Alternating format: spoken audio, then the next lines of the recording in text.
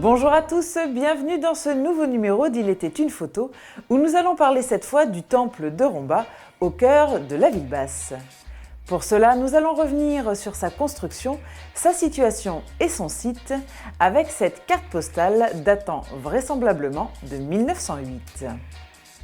Mais avant, revenons un peu en arrière en 1897 où l'usine allemande est géante et de nouveaux projets d'extension sont en cours.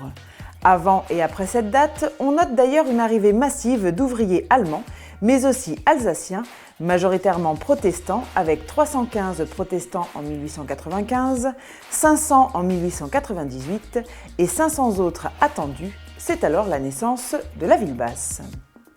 Avec ces nouvelles arrivées, le comité paroissial de Romba, créé en 1895, avertit alors le consistoire de Metz de la nécessité de construire un temple.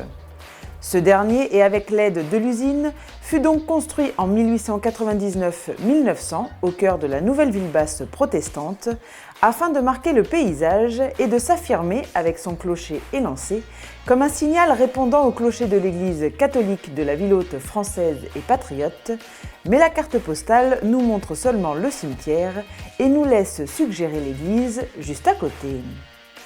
On passe maintenant à cette carte postale allemande au cachet de 1906 qui représente la rue de Metz.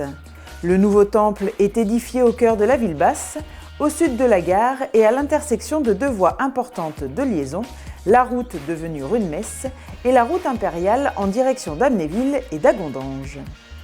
On peut également dire que ce temple se trouve aussi au cœur d'une sorte de quartier directionnel de l'usine, avec à droite la villa château du directeur, en face celle de son adjoint, la pharmacie Stadler, bâtie en 1900-1901, et l'hôpital de l'usine. On reste toujours sur la rue de Metz avec cette carte postale, mais cette fois nous sommes en 1917. Très inspirée des nouvelles et grandes avenues messines, la nouvelle rue de Metz affirme sa modernité avec son macadam, ses trottoirs, ses caniveaux et son éclairage public, mais aussi son chic urbain par la grandeur de sa perspective rehaussée d'arbres majestueux. À droite, la villa château du directeur de l'usine s'est également augmentée d'une aile à toit à deux pans et d'une véranda portique d'entrée. Voilà, cette émission sur la construction du temple est terminée, mais on se retrouve dès la semaine prochaine pour un nouveau numéro d'Il était une photo qui reviendra encore une fois sur le temple, mais plus particulièrement sur son architecture.